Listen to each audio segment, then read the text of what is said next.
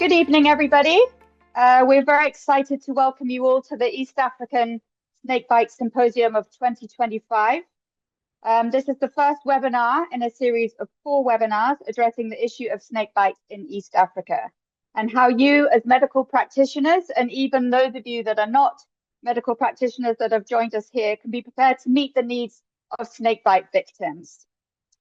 I'd like to thank Daktari Online for hosting our event and all the background work that they've done to get this off the ground. We're totally overwhelmed by the fantastic response that we've had. We are very grateful to Response Med, AMREF Healthcare Africa, the Emergency Medicine Kenya Foundation, and the Global Snakebite Initiative for supporting this event. I'd like to invite Diana Carson, the founder of CEO and the founder and CEO of Response Med, to say a few words as one of the 2 primary sponsors of this event. Over to you, Di. Thank you, Ali. Good evening, everybody, and welcome to this East African Snakebite Symposium. To Ali's point, the support for this event has been incredible. We've had over 3,800 registrations to date, and Daktari Online have admitted that it's one of their largest to a number of disciplines, because we know we've got lots of medical cadres with us, as well as industries and some people from other parts of the world too. So we're really excited to see such interest, and we obviously hope that you all get what you want out of it. Ali, I think that you and your team at the Watamu Snake Farm have done an amazing job at pulling together such an impressive panel. I'm looking forward to each and every presentation, and it's just so great to see that we've got the global leaders amongst us, and many thanks to all of you for joining us. Thanks to Daktari Online and Ben Washira for all of your guidance and advice along the way, not only for the symposium, but also in terms of trauma management and treatment of snakebite over the years. As Response Med, we've always been very grateful for that advice.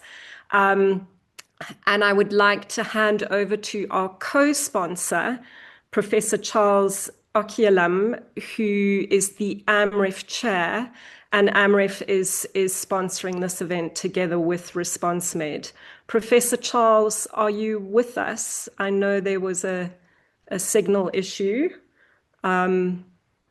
So if he's not with us, I think AMREF have identified snakebite as a key area of interest for them. Neglected tropical diseases are very high on their agenda across the continent, and we're looking forward to this panel and consortium and partnership growing with a view to combating snakebite together. Ali, I think we'll need to give Professor Charles another opportunity when signals are sorted, because we need to get on to the chunky stuff. Thank you.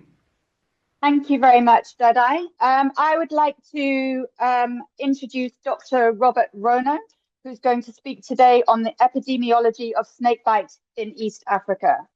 Dr. Rono is a public health management and policy specialist. He holds a Bachelor's of Medicine and Surgery from the University of Nairobi and an MSc in field epidemiology. He has over 10 years experience in public health leadership at national and county levels.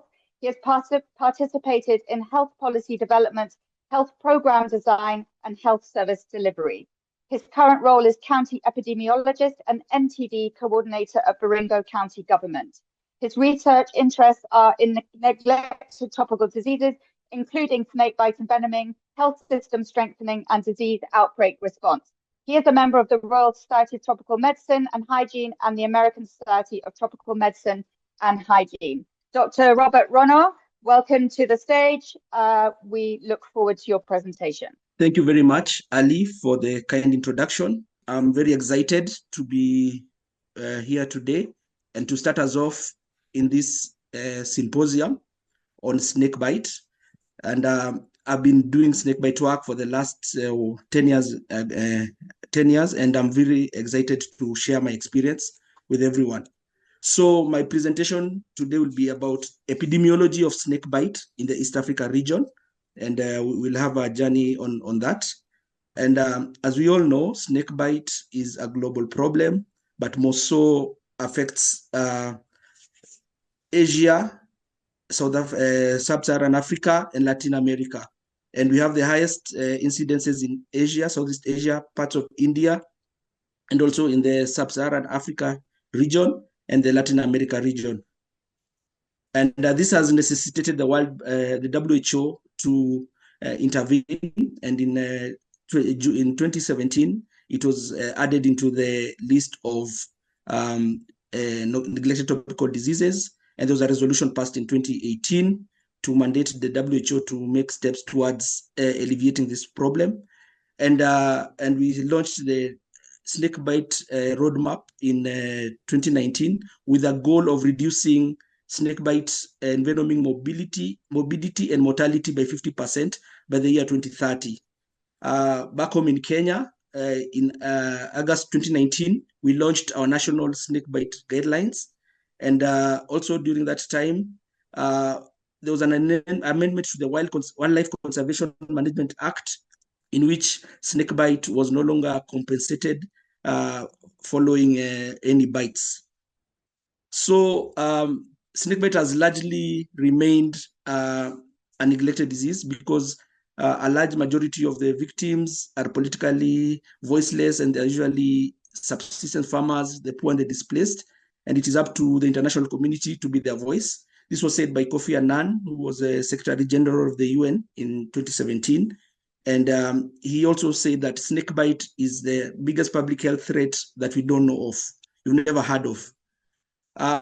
So globally, we have 5.4 million annual snakebites occurring globally, which of that 2.7 million lead to envenoming, and with that 400,000 lead to permanent disabilities, with around 140,000 deaths. And in Sub-Saharan Africa, we have 1 million bites and around 25,000 deaths. This has necessitated, again, the just concluded World Health Assembly. There was an initiative called Strike Out Snakebite, in which Kenya was a co-chair through our Cabinet Secretary for Health. And this is an initiative that seeks to look at how far we are in reaching our 2030 goals in snakebite mitigation. So some rates in East Africa: Kenya, we have around 151 per 100,000 incidents, with a mortality of 6.7 per 100,000. Uganda, around 101 per year. Tanzania, 105, with a mortality of 2.2 per 100,000. And for Rwanda, some studies have shown 452 per 100,000 persons per year. Where for other regions, for other countries in the East Africa region, data is scarce to find, maybe in countries like Burundi, Somalia, and South Sudan. So I wasn't able to report that incidence. And with this, the snakebite incidences vary in different regions for each country. So it's not the whole country that has snakebites. It's mostly some specific regions, the arid and semi-arid regions for our country. And it is good to note that snakebite envenoming causes around 45% of all human-wildlife conflicts in Kenya, resulting in 43% of all fatalities and around 77% of all injuries. The challenge with snakebite data is that this is a gross underreporting, because there's usually inconsistent data collection, and most snakebite victims don't seek care in hospitals. So studies have shown between 8 to 30% of patients actually seek care in hospitals. And it has been shown, a study in Mozambique showed that there was a 10-time increase in the bites reported and 30 times increase in deaths reported when a community survey was done, if you compare to hospital data. So meaning we are losing out a lot of data. Same for Rwanda. There was a study which did a community-based study and got 1,200 cases compared to only around 200 cases from hospitals in the same region. And that's a map showing the areas where we have some fairly good knowledge in red and the limited knowledge on incidences of snakebite in the country, in the continent. So for the burden of snakebite, it causes around 1 million disability-adjusted life years in sub-Saharan Africa. This is because it causes around 300,000 cases with 12,000 deaths and around 14,000 amputations. And of note is also around 55,000 cases of post-traumatic stress disorder on snakebite snake survivors. And it has a high hospitalization rate. If you compare snakebite and other NTDs, you can find that there's a high incidence of snakebite compared to other NCDs has a high incidence and also a high mortality, and hence it should have a high priority in programming. So the consequences economically, there are dire economic consequences for individual families and communities and actually countries. A study showed in Rwanda that it causes at least $7.4 million lost annually because of treatment and employment due to snakebite. In Kenya, it costs around $26 per treatment in Kenya, and it increases with the hospital stay. And with this, antivenom takes up about 70% of the total cost of the treatment. In sub-Saharan Africa, we have around 400 snake species, 90 venomous, 30 deadly. I won't speak much about that because my next presenter will talk more of the snakes. I just wanted to highlight some of the common snakes causing envenomation in Africa. We have the black mamba, the red spitting cobra, the carpet viper, and the rest. I think it will be covered in the next presentation. Yeah, so a profile of who actually gets bitten.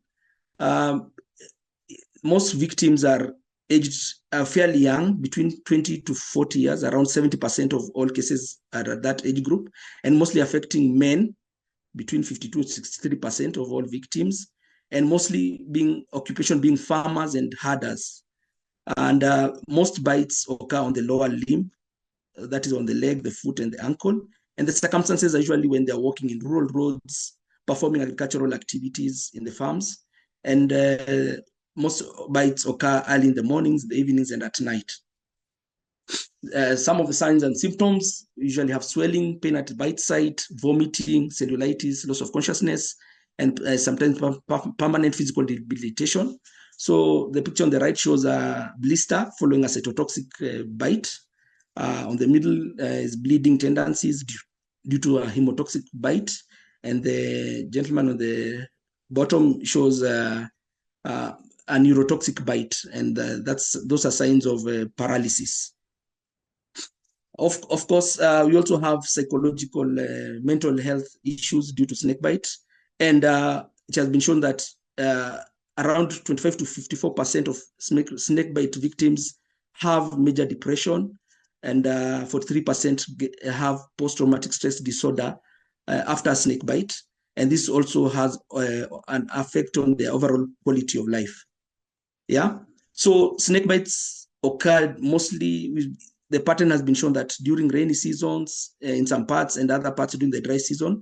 So there's seasonal variation, and they're mostly associated with agricultural activities, maybe during the planting seasons when the communities are out there in the fields planting or maybe harvesting. Also, changes in weather patterns may affect the prey availability, which is food for the snakes, and their activities and maybe their distribution. So generally depends on temperature variation and precipitation variation. So when you look at the health-seeking behaviors of snakebite victims in our region in East Africa, it's been shown that between 50 to 80% seek care from traditional healers before hospitalization. And this usually delays care seeking and reporting. It's been shown around 20 to 50% seek healthcare in healthcare facilities. And some actually have a mix of formal and traditional healers.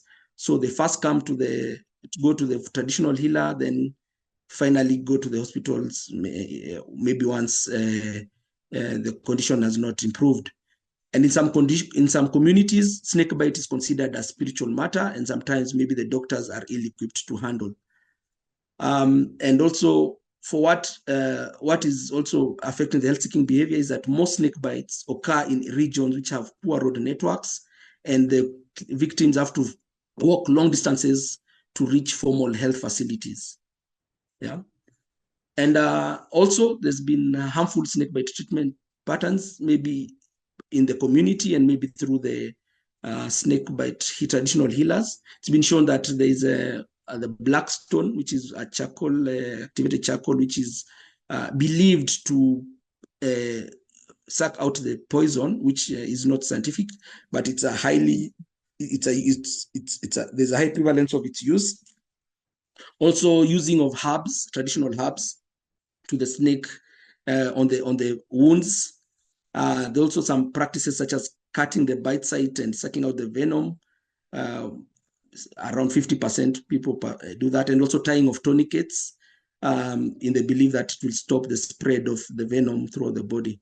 So these are harmful practices which are not shown to be the solution to a snake bite. Once we look at the health system readiness, where we find that most healthcare workers in our region, in Africa and in East Africa, have poor knowledge in management of snakebite.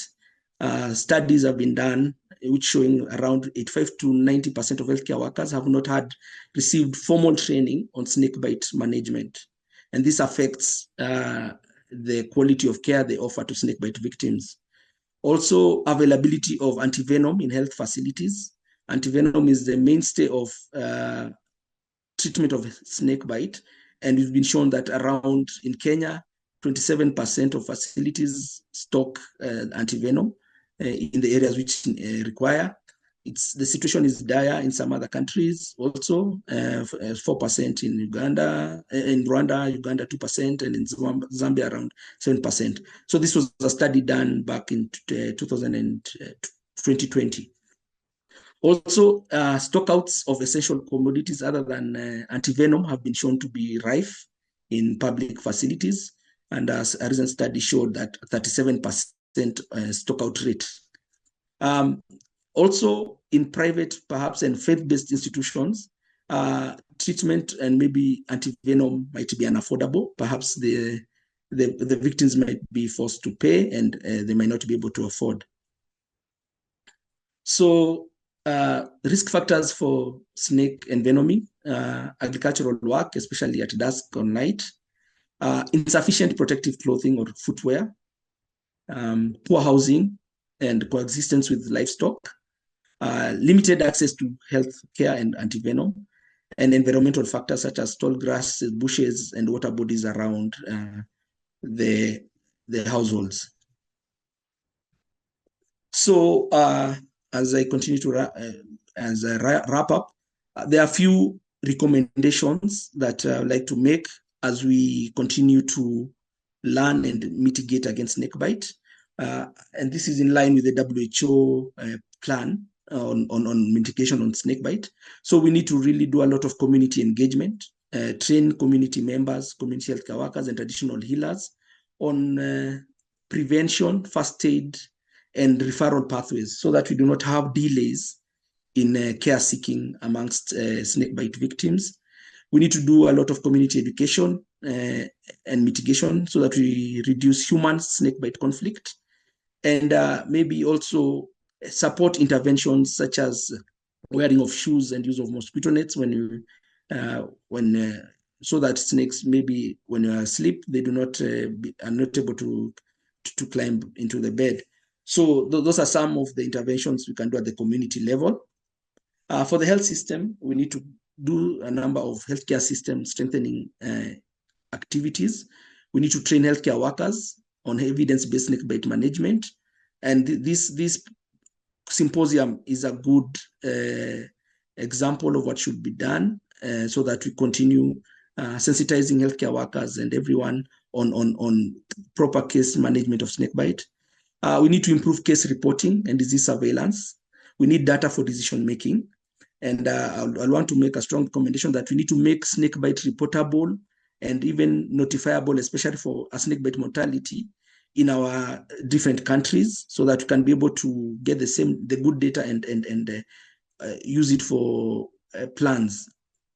Also having the national snakebite registries so that we can be able to know the bites and the offending snake, and so that we can help in the manufacture and also distribution of antivenom. So an effective health information system will be able to help us accurately assess incidents and the type of snake envenoming. You cannot talk about snakebite without antivenom, and so we need to have strong antivenom supply for commodity security. So the antivenom should be efficacious to the prevalent snake species in our different regions. They should be in the right quantities depending on the burden, and perhaps consider antivenom production in country or within the continent. And I can say, I think Kenya is on track to manufacture antivenom in country. Also at the government level, we need in our region for ministries of health to establish snakebite national action plans to support snakebite control programs, so that all these interventions are able to be managed in one way. So multi-stakeholder engagement, communities are very important. Wildlife authorities, like in Kenya, we have the Kenya Wildlife Service, hepatologists, conservationists, biologists, and schools. We need to engage in all this so that we can, and conservancy groups and NGOs, so that we can mitigate snakebite and even conserve the snakes and maybe gain economic value from tourism and other things. So multi-stakeholder engagement is very important for this. Then, of course, we need to advocate for increased funding, especially for research on snakebite. A lot is still not known, and so we need research funding for carrying out household surveys, community engagements, so that we can have better estimates of morbidity and mortality in our regions, in our countries, and in our provinces, all through the East Africa region. We also need research funding for preclinical and clinical efficacy studies for antivenom, so that we are sure that the antivenom that we have in our facilities are efficacious to the snakes envenoming that we experience. Yeah. So as I wrap up, in conclusion, so snakebite remains a major health burden in East Africa, and I can say in the whole of sub-Saharan Africa. And we really need to have improved surveillance, awareness, and healthcare access for victims of snakebite envenoming. Trainings like this one that we are ongoing for this time are vital to empower the community, hospitals, and healthcare workers in their approach to snakebite. And focused prevention can reduce morbidity and mortality of snakebite in our communities. Thank you very much. Over to you, Ali. Thank you, Dr. Rono, very much. That was very interesting. I really appreciate the effort that you've gone to put that together for us, and thank you for taking part today. I think one of the things that both Dr. Rono and I and several other people that were trying to prepare for this can validate is that the information is not out there. It's very hard to come by lots and lots of statistics. And I think my call to action today is let's get everybody reporting as much as they can so that we can get more information and we know where to direct medications, healthcare worker trainings, and capacity build in order to address this dreadful neglected tropical disease. There was one question, Dr. Rono, if you could answer.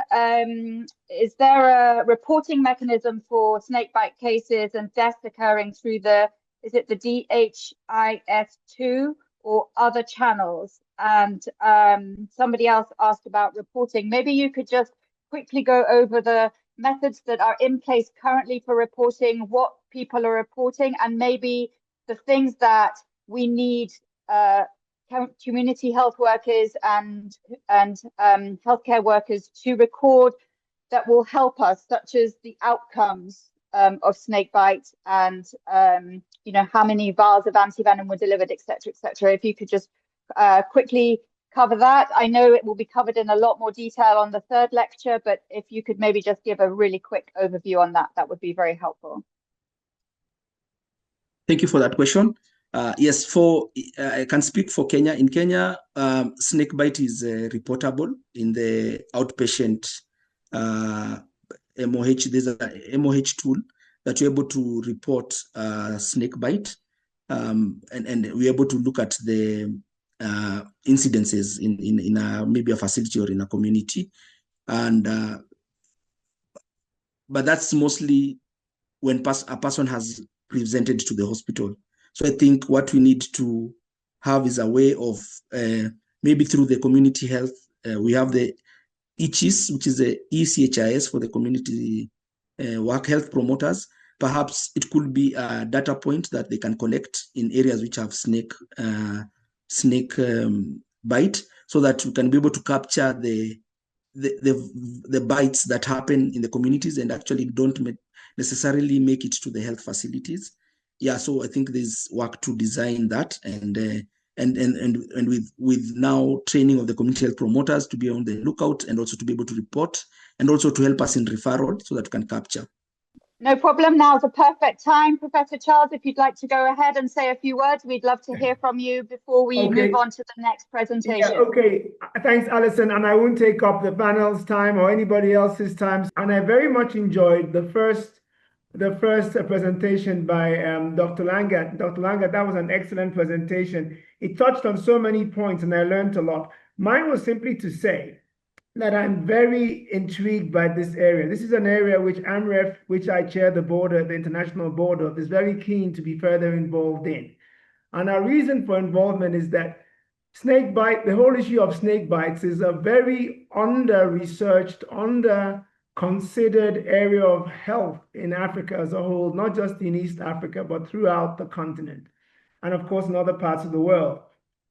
My interest in it is the genesis of that was actually a BBC program in which I listened and I saw the impact that snake bites have beyond the patient or the person who is injured, but the economic and social effects that this has and the community effects that this has, and that compounds poverty and compounds social costs and other forms of vicissitude. So with those few words, I really wanted to say how interested I am in this and how committed I am to this area. When Dr. Langat spoke, he only missed out one very key component of the stakeholder mix, which I think we should really focus on, which is on the private sector. And mobilizing the private sector in Africa is something which I've already spoken to Dr. Gitinji about, that we would like to do more of. In my day job, apart from AMREF, I've already started speaking to people in the business sector, particularly in agriculture and mining, which are offshoots of the areas in which, the industries in which at the coalface, there are people who are impacted by snake bites whilst using products or producing materials and goods and services that end up in those two sectors in particular. I'm happy that the WHO is focusing further on this. I'm also happy that there's an emphasis on deepening our healthcare systems. And I really am glad to be here. And I won't speak anymore, Alison. I think I've used up enough time. I've said the things I wanted to say, and I'm very, very supportive of this initiative. And I hope that we can do more and really put some oomph into all of this. Thank you very much. Thank you, Professor Charles, and thank you for making the effort to join us. We really appreciate it. And more than that, we appreciate the fact that you and Response Med in particular have facilitated this and made it happen. So thank you so much to you. And I think it's long overdue and much more to be done in terms of community health worker training. But we are going to tackle that together, I hope. Let me continue to introduce Kyle. Kyle is a passionate and dedicated snake enthusiastic, serving as the curator of Watamu Snake Farm with me, where he champions snake awareness and education. His journey began when he was a youngster and a transformative 2-week work experience at the Watamu Snake Farm, which ignited a deep passion for reptiles and in particular snakes. Under the mentorship of the late Royan Taylor, Kyle developed expert snake handling skills and transformed his fascination into a professional expertise. And in 2019, following the untimely passing of Royan, Kyle stepped into the role of curator, assuming leadership of the Watamu Snake Farm. His commitment continues to drive initiatives promoting snake conservation, safety, and community education, making him a respected figure in the field of herpetology.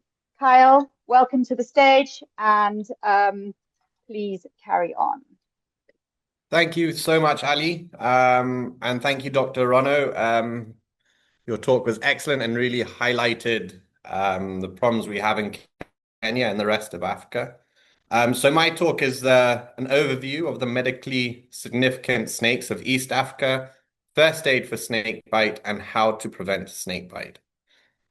So snakes, we've learned they have venom.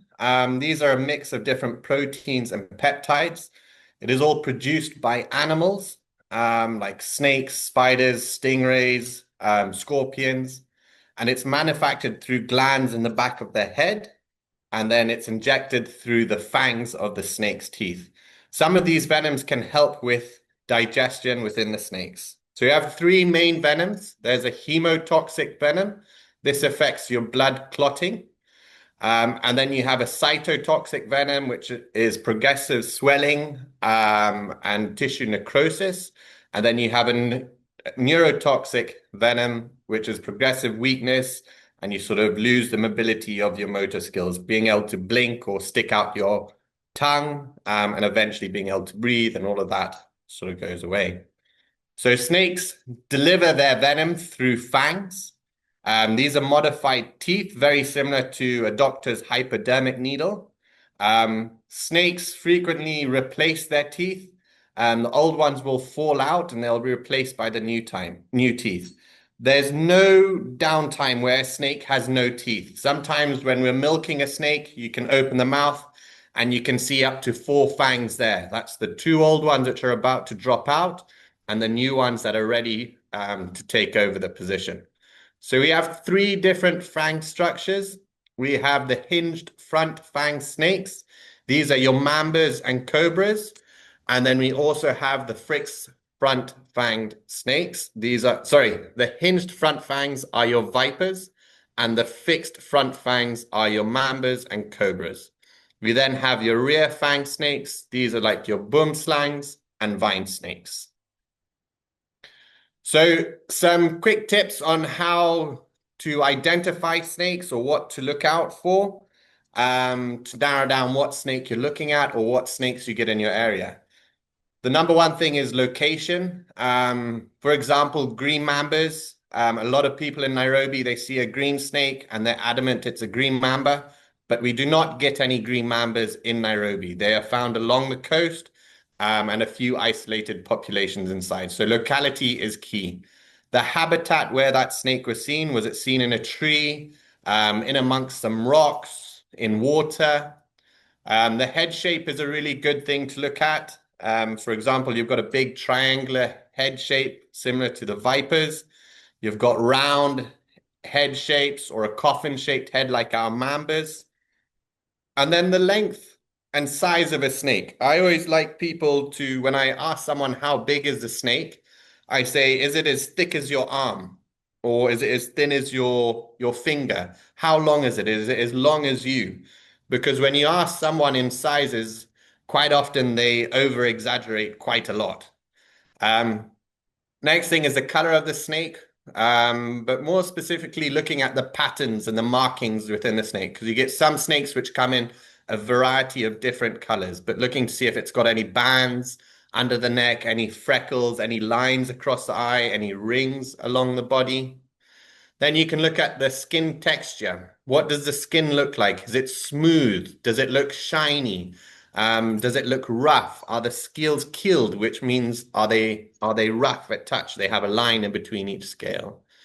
The behavior of the snake, did you see it during the day or night? Was it aggressive? Did it stand up? Did it spread a hood? Did it open its mouth? Or did, as soon as it saw you, did it move away? All of these can really help us identify what snakes are seen in your area. As we've heard from Ali and Dr. Rono, we need more data.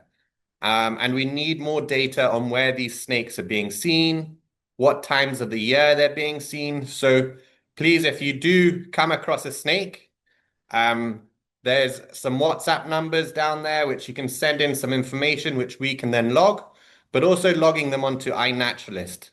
There's a platform in iNaturalist called Snakes of Kenya, and you can log all the snakes there, and that's trying to give us more data on the snakes. So the information which I really am happy to receive when I get some photos is a nice profile showing the head of the snake or the side of the head. Some snakes, the difference can be a matter of a few scales. So for us to be able to get down to exactly what species it is, we need to have a look at the scales. A full body shot showing the overall coloration and patterns of the snake. And then importantly, a location, date, and time. Quite often when I ask someone what location, where did you see the snake? The answers I get back is in my garden or in my kitchen. But what I'm really wanting to know is I saw it up in Lodwar. I saw it in Garissa. And if you can give me an actual Google pin, that is much, much more helpful to me. But importantly is stay safe. Don't get too close to these snakes. Another thing is don't pick up any dead snakes. There are some snakes which pretend to be dead. So if you go to pick it up, it could end up waking up and biting you. There are also cases of people where they've cut the head off of a snake and then go to pick it up and it ends up turning around and biting them. So please don't mess around with snakes. We also do not need to see the fangs of a snake to determine what it is. So you don't need to be poking your fingers in the snake's mouth. So the medically significant snakes. Most of the important snakes belong to just 4 genera. There's the Bitis, which are the vipers, they're heavy-bodied adders. Dendroaspis, which are our mambas. Echis, which are the carpet vipers. And Naja, which are the cobras. But there are several other species able of causing death or severe injuries. The WHO has categorized snakes into 2 categories. Category 1 is snakes that bite frequently and associated with severe or life-threatening envenoming or respond to polyvalent antivenom in the correct dosage. Category 2 are snakes that bite less frequently and are associated with severe or life-threatening envenoming. So the first ones we're going to talk about are our Bitis or the vipers, the heavy-bodied snakes. These all mainly have a cytotoxic venom, but can have a bit of a mix of a hemotoxic venom. The viper is a big-bodied snake. As you can see in these photos, you can clearly see where the head and the neck starts. The head is very triangular, going down to a neck, and the body is very large, going down into a pointy tail. They all huff and puff when you come close to them. This is part of their defense. As you can see, the puff adder in the top corner there, top left corner, that's in a striking position. Both of the other ones are still in a striking position, so that snake is ready to bite. They have long hinged fangs. The Gaboon viper has the largest fangs in the world. You can see the distribution of the puff adder, which causes the most bites out of any other snake in sub-Saharan Africa. It covers most of Eastern Africa. Your Gaboon viper is isolated to our big forest areas. So in Kenya, we get it in Western Kenya, Kakamega. It goes through to Uganda and then down along the Tanzanian coastline. Likewise with the rhinoceros viper. The Gaboon viper and rhinoceros viper, we do get less bites just because of where they're found, and they're very secretive snakes. These are the experts of camouflage. We then go on to our mambas, the Dendroaspis. Most of them are neurotoxic, but can have a bit of cytotoxic in them, except for the black mambas. These snakes are probably the most feared snakes in Africa. The black mamba has a dreadful reputation. People hate it. They hear the word, they start shivering. But they're not as bad as what films and what other people make them out to be. These snakes are very shy. They live in the trees. They want to stay away from people, and they move off very quickly. In the rare instance where someone steps on a snake or picks it up or corners it, that's when they end up getting bitten. They are all characterized by this long coffin-shaped head with a big old smile. So you can see the lips going right back far behind the eye. Your black mamba has a big distribution range. You can see it through Kenya, covering majority of Tanzania. This is a snake that, when feel threatened, it will open its mouth, showing a black lining inside its mouth, and it will spread a tiny little hood to sort of make itself look bigger. The green mamba, as I said, we don't get it in Nairobi. It's found mainly along the coast of Kenya and then goes down into Tanzania and inland a bit. We got an isolated population of them around Meru National Park, and again in Kibwezi and the Chudu Hills. But both of those two localities haven't been positively ID'd in recent years. The Jameson's mamba has a very small locality in Kenya, in the western part near Kakamega, and then it gets much more common through Uganda, Rwanda, and Burundi. This is a big snake with a jet black tail, and that same coffin head shape. The green mamba is an excellent green. It's almost like a lime yellow green. We then get our carpet vipers. And here we have the northeast African carpet viper. The family of carpet vipers are responsible for killing more people than any other snake in sub-Saharan Africa. They have a cytotoxic and a hemotoxic venom. These are a very bad-tempered snake. Where you find them, it's in hot regions. They're very quick to strike. If you find them under a rock, straight away, they'll be rubbing their scales together, which sounds like someone pouring water into a hot frying pan. And they'll readily jump and try and strike and bite. So yeah, a snake to watch out for. Where you do find these snakes in the area, you can find plenty of them in a tiny little area. We went with the late Royan Taylor, and we went looking for these guys for about 2 hours, and I think we came back with 16 snakes. So where you find them, there are a lot of them, but you've got to be very careful with them there. You've got our spitting cobras. These are all cytotoxic venom. They can spray or spit their venom up to 2 meters. So I like to tell people to give yourself 3 meters or 5 good paces when you come across a snake. That gets you out of the striking or the spitting range of these cobras. The same venom that it would use when it's spitting is the same thing it would use when it's biting. It's just a different mechanism to help protect itself from predators or humans. It's extremely painful when it gets in the eye, so that gives it a chance for it to run out.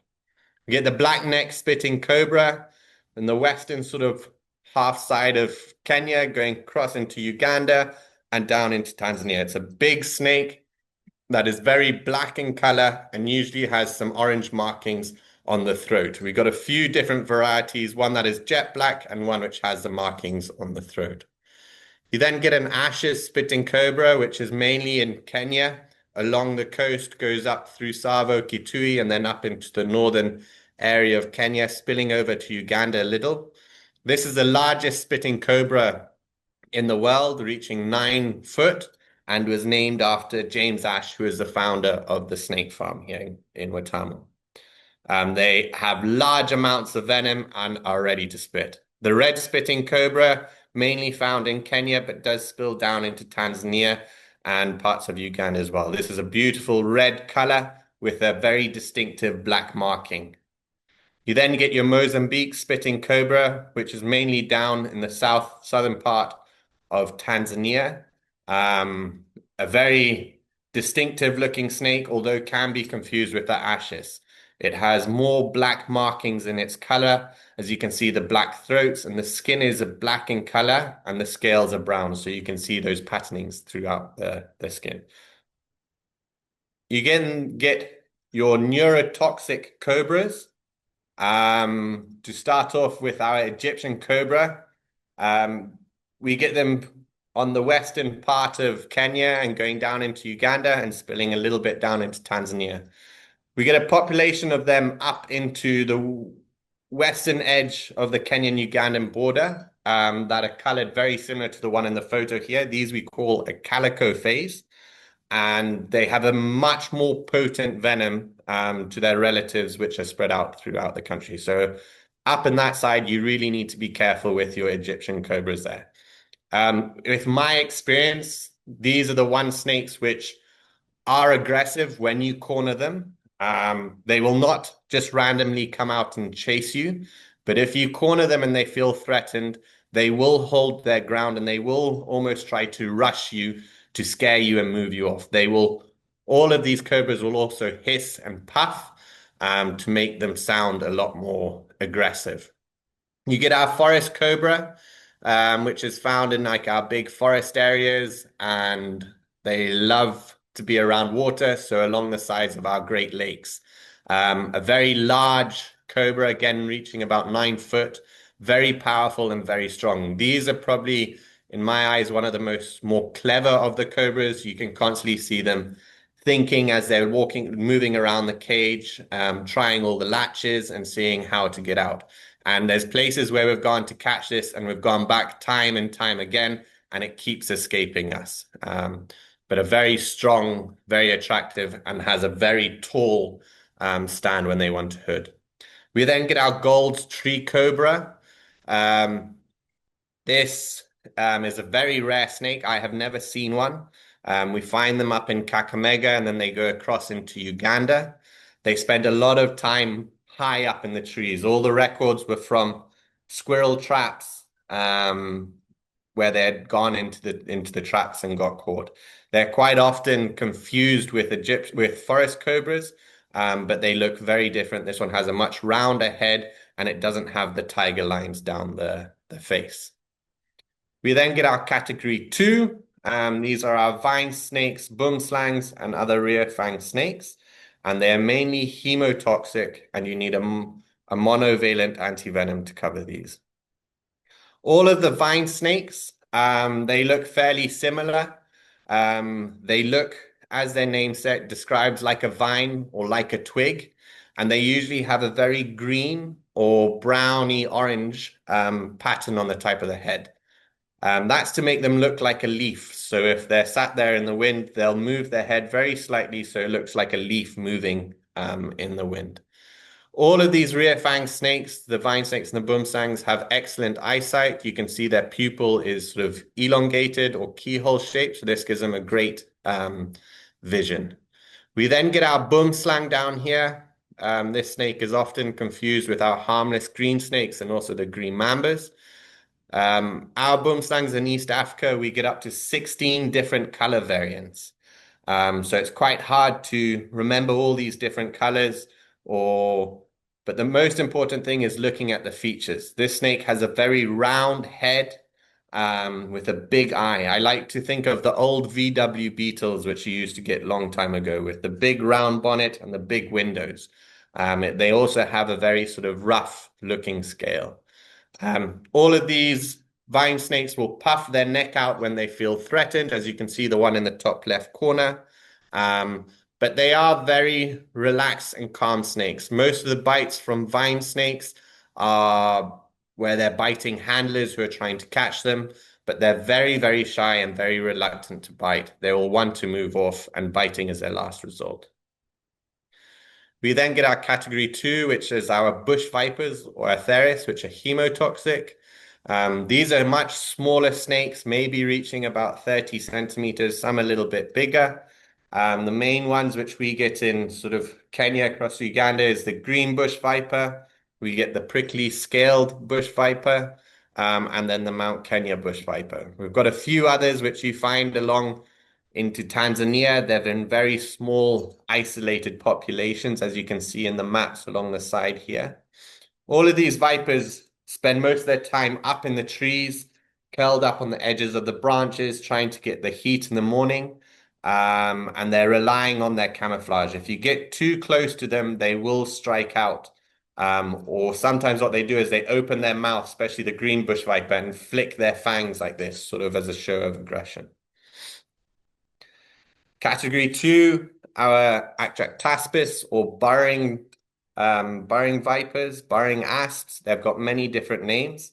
They have a cytotoxic venom, and it needs to be treated symptomatically. Antivenom is not required. The bite from this snake is very painful. We get a lot of cases of this snake this snake bite in Watamu. And unfortunately, a lot of doctors are very quick to administer antivenom for this snake, which isn't necessary and could end up being a waste and someone else missing out on it. But they're all small snakes, black in color. They have a very blunt head with tiny, tiny little eyes and a very pointy tail. As you can see in the photo in the bottom left, they curl up into a little circle and they will twitch and bounce and hide their head when they feel threatened. This is the only snake which you cannot handle or hold behind the head. The photo of the snake in the top left where he's holding it behind the head is actually of a dead snake. So these snakes have long fangs which stick out the side of their mouth. So if you do try to pick it up, it will end up biting you and envenomating you. They're usually found in logs or people tread on them at night when walking to and from. And what we've found with these snakes when we milk them is we tend to see that they are either left or right fang dominant. So most of the time you just see one stab mark when the patient comes in. So snake bite first aid. Above all, the aim is not to do any harm. We've learned a little bit about the snakes, but now this is the first aid, what you can do when you're on the ground, when you've been bitten, or when someone in your homestead or something like that. Snake bite. This is a guy who came to the snake farm, just to give you a bit of background. He got bitten by a burrowing asp. This is a person who had spoken to a little bit about snake bite, but he did all the wrong things. He went to the witch doctor. They burnt his finger. They cut it. They did all sorts. And this is when I saw him 3 weeks later, and he tried to tell me that it was getting better. We sent him to Dr. Rulu, and it was treated, and he actually managed to save his finger. But first aid should not delay the transfer to a medical facility. Time is of the essence when dealing with snake bites. Doing something is not always better than doing nothing. Get them to a medical facility. Traditional healers, these guys are important in sort of our culture here, but this is a place where you end up wasting time. We've seen a lot of people dying because they've gone to the traditional healer. They've wasted valuable time. And when they end up getting to the hospital and trying to seek antivenom, their time has run out and they end up passing away. Many of the techniques that they use here do not work. There was someone asking about the black stone. This is a piece of bone which is put onto someone's wound and it's said to fall off. Once that venom is in your body, there's no way of sucking it or pulling it back out. We do need to work with the traditional healers. They are important in the culture here, in the community here. And what Roy did in the past is he went into some of these traditional healers and said, you guys know when you're getting a bad bite and when you know you can't do anything. And most of them agreed. So he said, okay, if we do this, if when you get those bad bites, pass them across to us, we'll pay you a referral fee and we'll be able to save that person's life. And any of the other cases which come through and you can handle, then do as you please. And the thing that we forget is a lot of bites that come in are actually harmless snakes.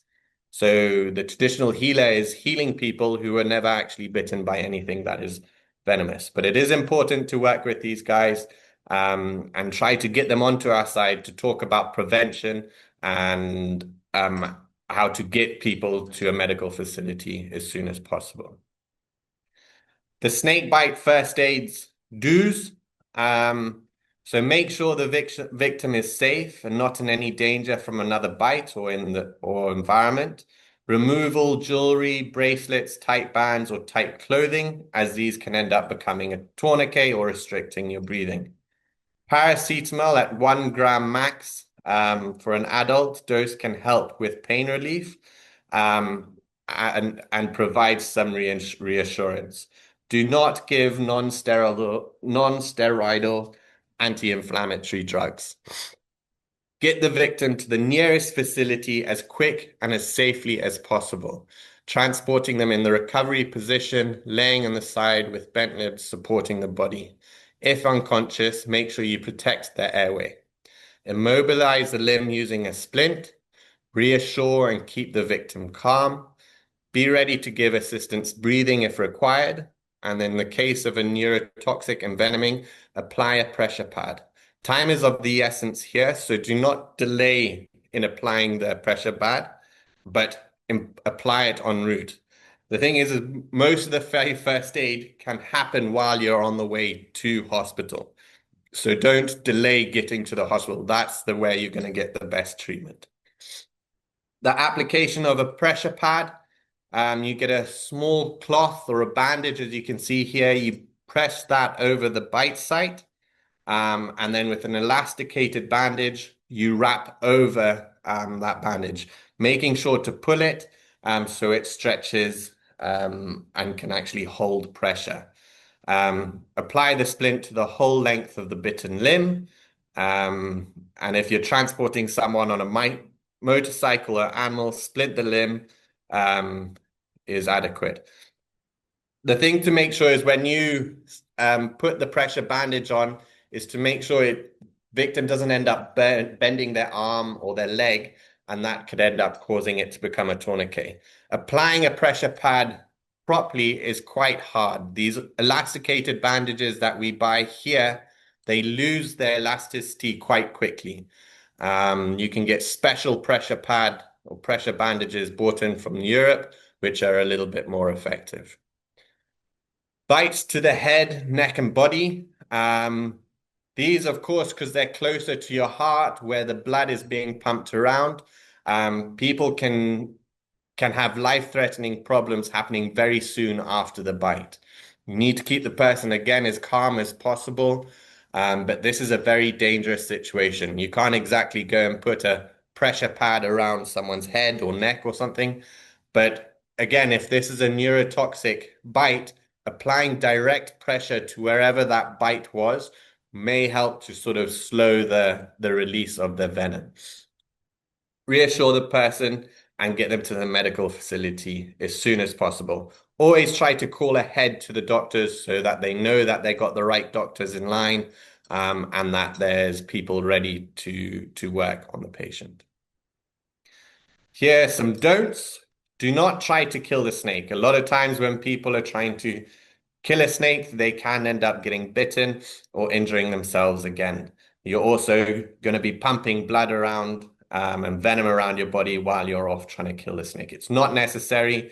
Doctors can treat it symptomatically. They can then talk to us and say, this is where the person was, this is the symptoms we're getting, and then we can sort of suggest which snakes, venomous snakes, are found in that area. Do not apply a tourniquet or any tight band around the limb. Most of the time when people are bitten by a snake, they do not know which snake has bit them. We've had many cases where people have arrived here with a dead snake, a tourniquet wrapped tightly around their arm, and the snake is a harmless house snake. Luckily for us, they live quite close, but someone who's had a tourniquet on a few days trying to get to hospital could end up losing that limb, and that is clearly their fault. Do not use traditional methods of healing. This just wastes your time. Do not drink any alcohol. This is another traditional belief that if you drink alcohol, you'll vomit and throw up all of that venom. The venom isn't in your stomach, it's in your blood and your lymphatic system. The alcohol can also, if someone's bitten by a house snake, make it look like a neurotoxic envenoming. because someone who's drunk can look very similar to that. Do not suck the bite site to remove the venom. As I said, once the venom is in your system, there's no way of reversing it, and you can actually cause more problems around that bite site. Also, if you have any cuts within your mouth, you could end up getting that venom into your system. Do not cut, burn, shock, or freeze the bite site. Let's just leave them alone. Imagine if you're bitten by a boomslang or a vine snake and you end up cutting along that limb. The idea is to let the venom out. This person is actually going to bleed out of every single cut that you have put in there. So you are shortening their days with us. So venom in the eyes, this is extremely painful. If any of you in the audience haven't had it and want to know what it feels like, just grab some Tabasco sauce, mix it with some sand, and put that into your eyes. It's extremely painful. It burns instantly. It's designed to sort of keep away predators or any prey. So when it gets into the eyes, it's painful and it makes them move off. You need to immediately wash out the eyes with lots of water, any bland liquid, water, milk, beer, or even urine. Make sure that when you're rinsing out your eye, that if you've just got it in your one eye, that you're not rinsing the venom into your other clean eye. We like to use at least, or be rinsing your eyes out for at least 15 to 20 minutes to make sure it's completely clear. Do not rub your eyes, as this can really irritate and scratch your eye.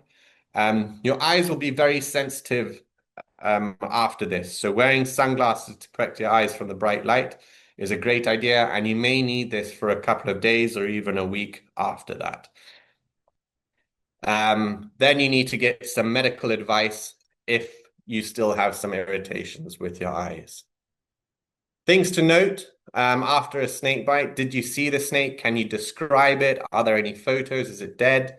Remember, as I said, how fat is it? Use your arm and things which people can easily look at. Did the snake rear up and spread the hood? Where were you when you were bitten? Were you walking in the long grass, climbing a tree? Were you in bed? What were you doing when you were bitten? Time of the bite, was it recent? Did it happen within the couple of hours, or is it a couple of days old? We quite often get called and there's this snake bite, we need anti-venom. And then you talk to the person and it's even been a month or a couple of weeks ago. No alcohol, or find out if there's been alcohol taken before or after the bite.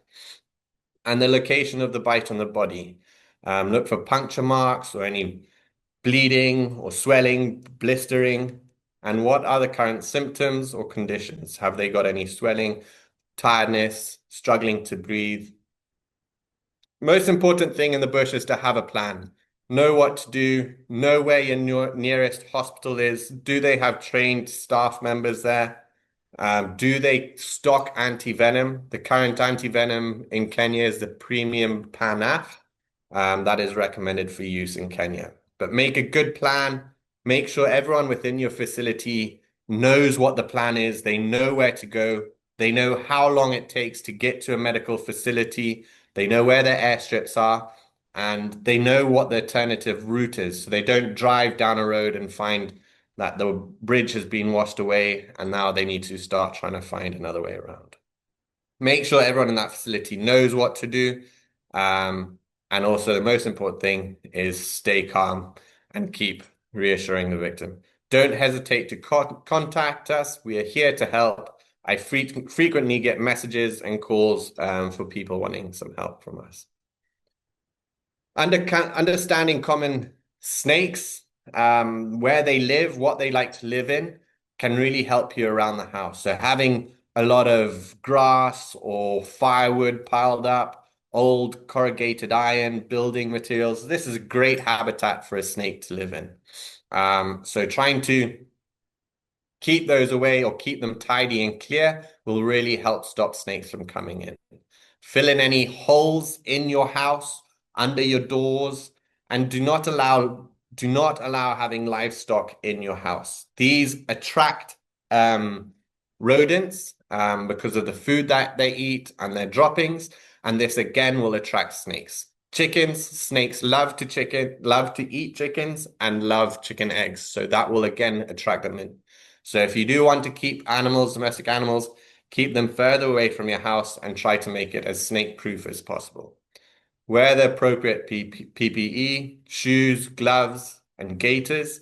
If you're working out in the fields, having some good Wellington boots or gum boots are great. Make sure you have proper lighting around your house or where people will sit and eat. And if you're walking around at night, make sure you have a light or torch to show the way. Sleeping in a raised bed off the ground with a mosquito net is a great idea, especially in places which are really prone to snakes. This will stop the snake from getting into your bed. We are getting a few cases of people being bitten in bed. So this lifting it up and having the net will really help. And it'll also stop you being bitten by mosquitoes. Food storage and waste management. This will all attract rodents, leaving food around the house or throwing it just outside the window will attract rodents, which will then attract snakes. Water management. This again attracts mice and rats, and also snakes to come and drink in water. There's people who also believe that if you're in a dry area, putting water out, yes, it might stop the snake, or the snake will be able to come and find some water and move off and not necessarily come close to the house. But the snakes aren't intelligent enough to know that you have left that water there as a treat for it, so don't come this way. So it might drink the water, but still come close into the house looking for food. Swimming pools in the surrounding areas are a great place to find snakes. The pool houses are a great place for them to go and help shed their skin and find any frogs or anything around there for them to eat. When you're moving large equipment, like rocks or even containers, your tents or anything like that, be careful because snakes do climb under there to seek shelter and shade. When you go camping, make sure you close your tents, close sleeping bags, and check sleeping bags and shoes in the morning. If I'm in a real snaky area, I'll actually pack up our beds and remake them every night before you go to bed, just to make sure there's no scorpions and no snakes in there.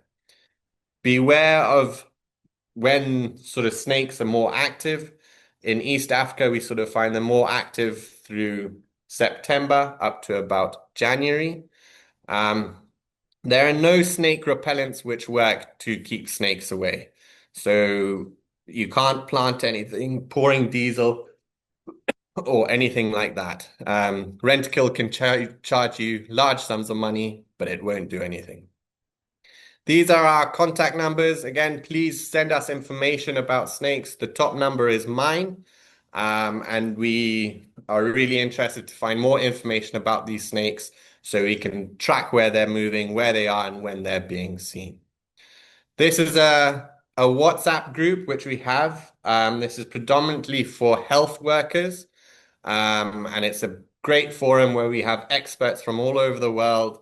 It's a place where we can discuss different practices and get help for different treatments. If you find a snake again, you can bring it in there and we can help ID it.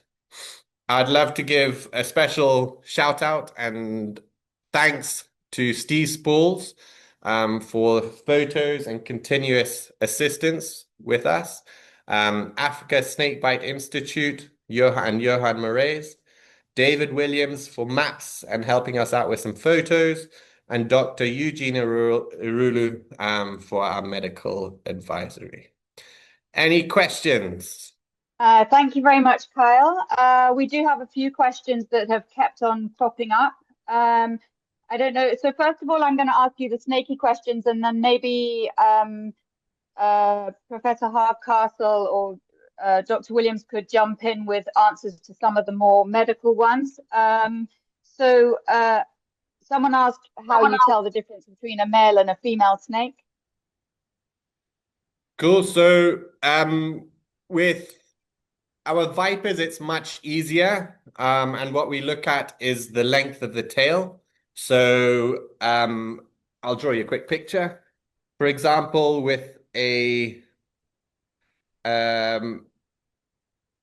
puff adder, you'll have a much longer tail, which is a female. So if we say Hopefully you can see my photo. This is where the cloaca is. And for a female, you have a much shorter, stubby tail. For a male, I it's have a to lift much it up a longer. bit, Carl. Sorry. For a Oh, male, you're it's a still much. screen sharing. Oh. But anyway, I'll stop my thing. But it's a much a male has a much longer tail. There isn't much between the color or the shape of the head to be able to tell you the difference. Do snakes hang around after they shed, or do they tend to move off?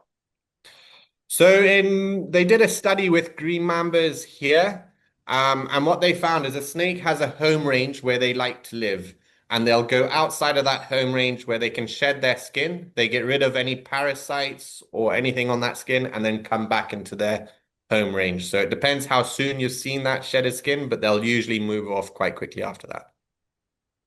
Okay. How long do snakes live? It depends on between the species. You may get some which will live for 10 years. You may get others which will live up to 60, maybe even 70 years, some of your bigger pythons or cobras. Okay.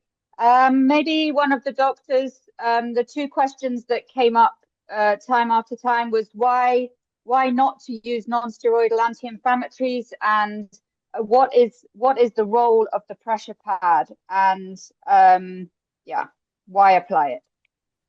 I'll take the why as an intensivist and surgeon. I'll take the why not use the non-steroidal. So non-steroidals are bad for your kidneys, and most of the bites that we see across Africa, certainly the ones that are more common, are the cytotoxic bites.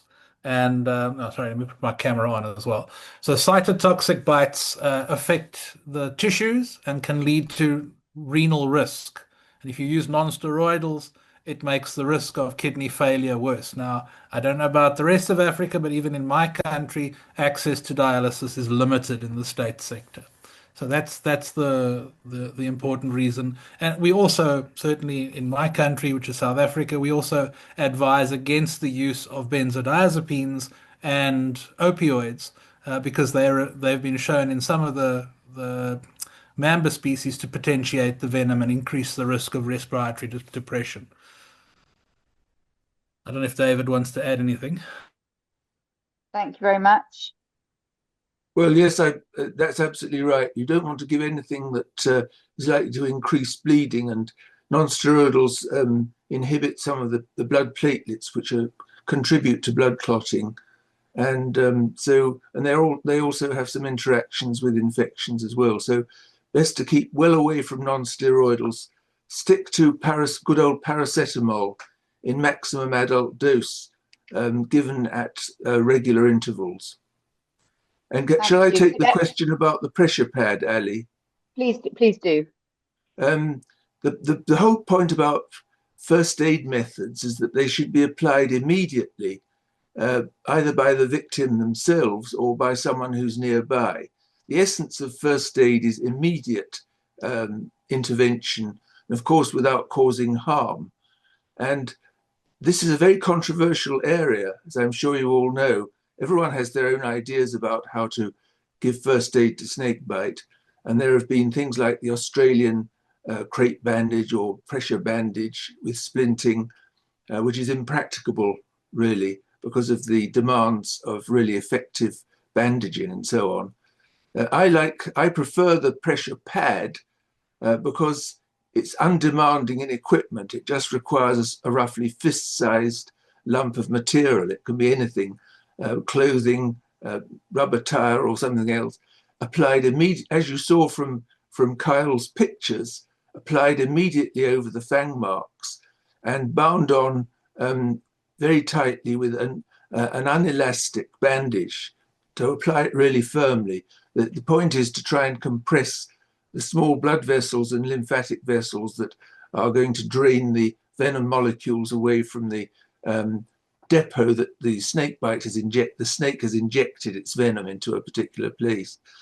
And I mean, the essence of this method, pressure pad, for which there is some experimental evidence, by the way, unlike many of the other first aid methods, there is field evidence from snakebite victims in Burma supporting this method.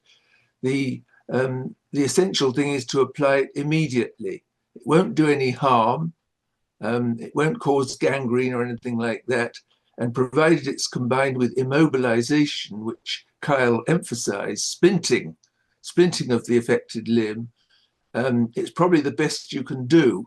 And there's good evidence, I say, that it will restrict, limit, slow down the absorption of venom from the bite site, that when it becomes circulated in the patient's body, it can cause early problems and early death.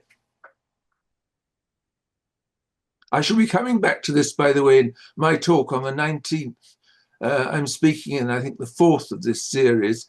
I'll also be speaking about first aid methods then. So if any of you want a bit of revision, you'll be having it again then. Thank you David, very I much. think it's Does also administering... it's also important that we emphasize that a pressure pad and associated bandage is not a tourniquet. And we must avoid tourniquets. Tourniquets cause more harm. And if that's the one message people remember from this evening, is that tourniquets cause harm, avoid them, then we've got a message across. Absolutely. Tourniquets are completely unacceptable. Any of us who've lived and worked in Africa medically will have seen the appalling consequences of tourniquets that are tight enough to stop the arterial blood supply to the limb. But the pressure pad is not a tourniquet, whereas the old Australian bandaging method, if it was applied tightly enough with really stretchy bandages, heavy-duty bandages, it could become a tourniquet. In fact, when I was a house surgeon, I used to use that method to get a bloodless field when I was going to cannulate an artery or something like that. So the pressure pad is safe, but it must not, as Tim emphasized quite rightly, it must not amount to a tourniquet preventing blood flow into the bitten limb. Thank you. Does administering cortisone or hydrocortisone help in any way as first aid?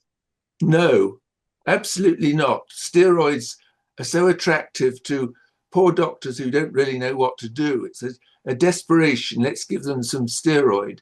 There's absolutely no role for corticosteroids as an initial treatment, first aid, or even medical treatment for snakebite in Africa. Of course, there are a few specific indications in other parts of the world. If the patient gets a bad reaction to antivenom, then you may have to give corticosteroids, but the initial treatment, definitely not corticosteroids. So no prednisolone, no cortisone, no hydrocortisone. They're likely, if anything, to have a harmful effect, and no benefit has ever been demonstrated. Thank you very much. Really appreciate everybody coming on board. I think that we've answered most of the questions as we have gone along. And if there anybody, I asked them to pin my email address, but our email address was in one of the slides. You can also go to our Instagram at Watamu Snake Farm, and you will see all our contact details there. If anyone has any outstanding questions, we really, really want to use these 4 webinars, or the webinar, this 4th lecture of series of 4 lectures, to try and bring together a community of people in East Africa so that we can try and learn what tools people are missing, what we can do to help, how we can come together to improve the treatment of snakebite victims. And together we're a bigger voice, and certainly with Professor Charles and his backing of AMREF, we can try and make a dent in snakebite. Please keep on coming back to the lectures. Each lecture has its own number of CPD points, and we are really looking forward to having Dr. David Williams on next week, talking about all things antivenom with Dr. Hildekar from Premium Serums, and also Dr. Mitchell Okumu, who will be talking about the post-marketing surveillance that is currently being carried out on the premium PANAF product.